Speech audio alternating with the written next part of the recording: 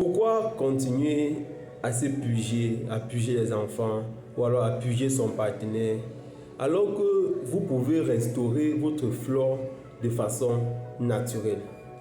Aujourd'hui, je vais vous expliquer, je vais vous donner quelques méthodes qui vont vous permettre de restaurer votre microbiote intestinal.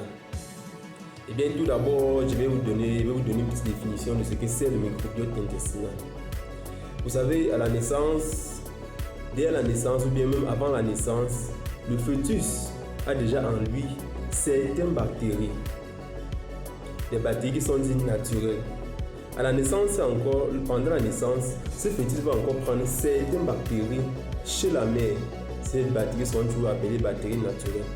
Maintenant, lors de l'allaitement maternel bien sûr, au lait, le fœtus va encore prendre de nouveau encore les bactéries qui vont encore s'ajouter à ceux qu'il a pris depuis le ventre jusqu'à lors de la naissance.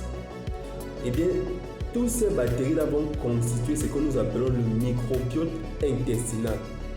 Donc le microbiote intestinal, c'est donc l'ensemble des bactéries qui sont présentes dans notre tube digestif de façon naturelle. Elles ne nous causent pas de maladies, elles sont plutôt là pour notre bien-être. Lorsque vous mangez un aliment, ce sont ces microbiotes-là qui vont transformer l'aliment, qui vont vous permettre d'absorber les nutriments qui sont contenus dans l'aliment.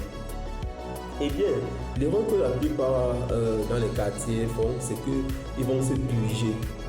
Eh bien, lorsque vous vous pugez, laissez-moi vous dire que vous êtes en train d'aller racler tous ces microbes-là afin de laisser un terrain vierge.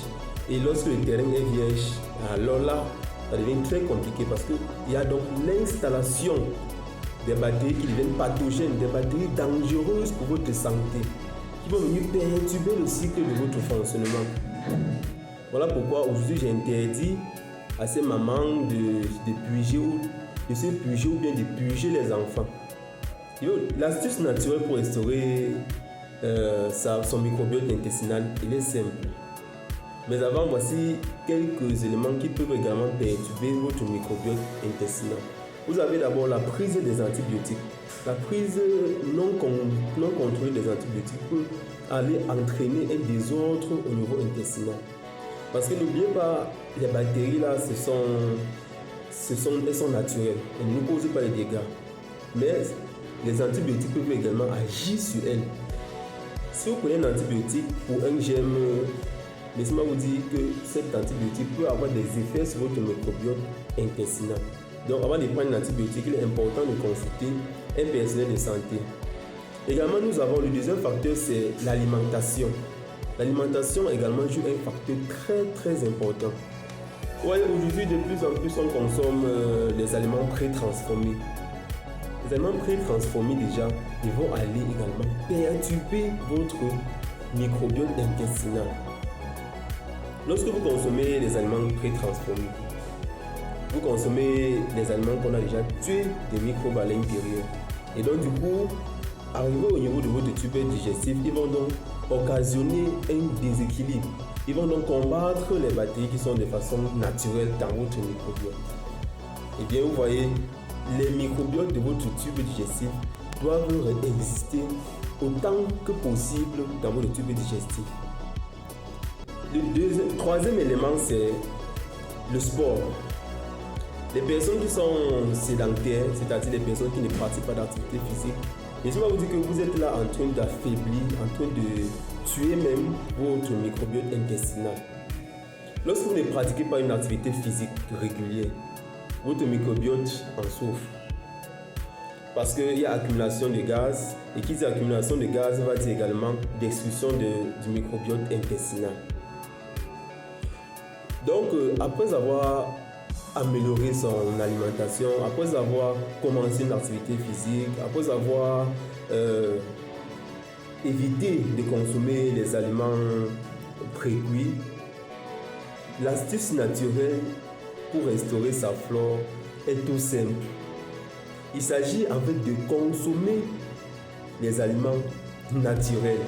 Eh bien, il s'agit en fait de consommer les aliments naturels. Comme quoi, par exemple, consommer des fruits crus, crus. Vous pouvez consommer une tomate, vous pouvez consommer les légumes également, vous pouvez consommer les légumes également, les légumes crus de préférence. Parce que tous ces fruits et légumes-là, ils ont en eux une flore également, une flore naturelle. Et cette flore-là, en nous, ne peut pas causer de dégâts. Donc lorsque vous consommez des fruits et des légumes, surtout il faut varier. Vous allez consommer cette semaine, vous allez consommer tel fruit ou tel légume. Parce que vous, la semaine prochaine, de changer, de passer à un autre fruit ou à un autre légume. Cela va reconstituer votre flore de façon naturelle. Parce qu'elles ont, elles ont une grande importance que la plupart négligent. Lorsque vous consommez des fruits et des légumes, comme on dit très souvent, ils sont riches en fibres. Ils vont d'abord aller, premièrement, faciliter à votre microbiote. S'ils sont en faible quantité, il va aller faciliter leur multiplication, faciliter leur action. Parce que lorsque leur action est empiétée, il y a également l'extraction, l'expulsion par la nuit, ce qui va entraîner la sortie de votre microbiote et qui va diminuer la quantité. Alors, lorsque vous consommez des fibres alimentaires, ceux-là auront pour rôle d'aller améliorer leur action et donc favoriser leur multiplication. Donc, à partir d'aujourd'hui, arrêtez les amis de vous purger, arrêtez d'utiliser les concoctions, je ne sais trop quoi vous mettez à l'intérieur, mais utilisez des méthodes, des astuces naturelles pour reconstituer votre microbiote